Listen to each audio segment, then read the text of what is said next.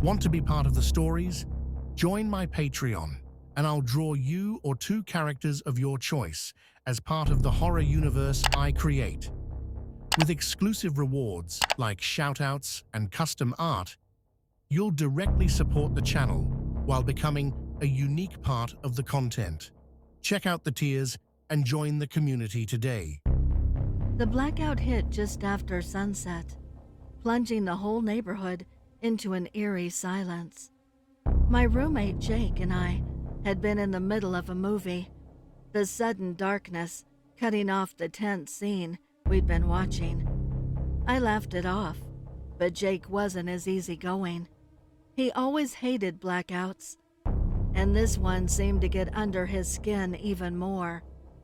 We sat in silence for a moment, waiting for the lights to flicker back on, but nothing happened.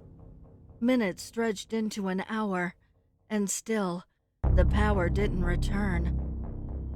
Jake fidgeted, lighting a few candles around the living room.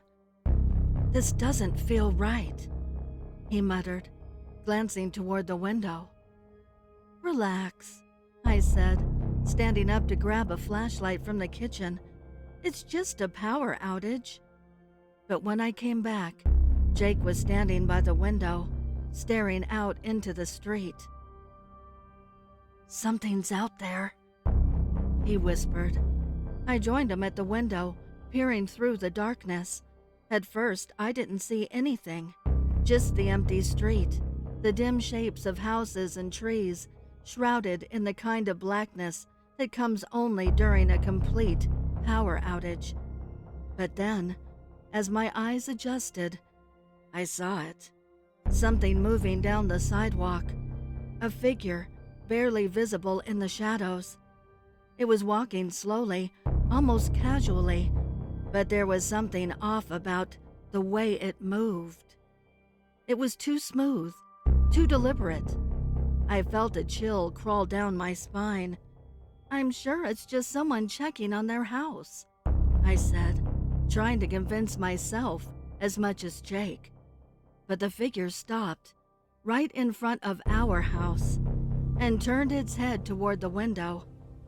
Jake backed away, pulling me with him. "That's not normal, man." We sat in the living room, the only sound the occasional rustle of the wind outside. The figure didn't move. It just stood there, staring at our house.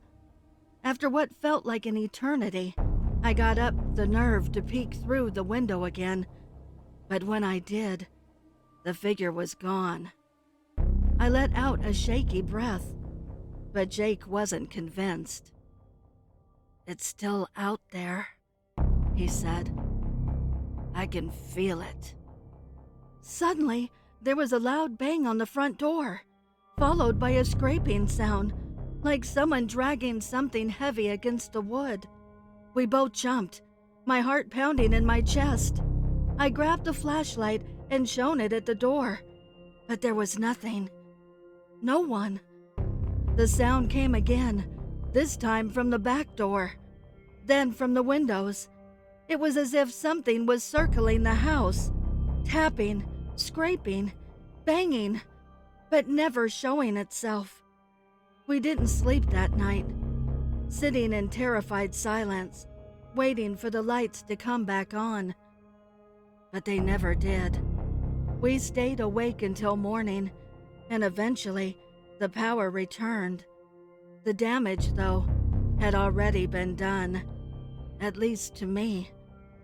I keep telling myself it was just someone messing with us, but deep down, I don't know.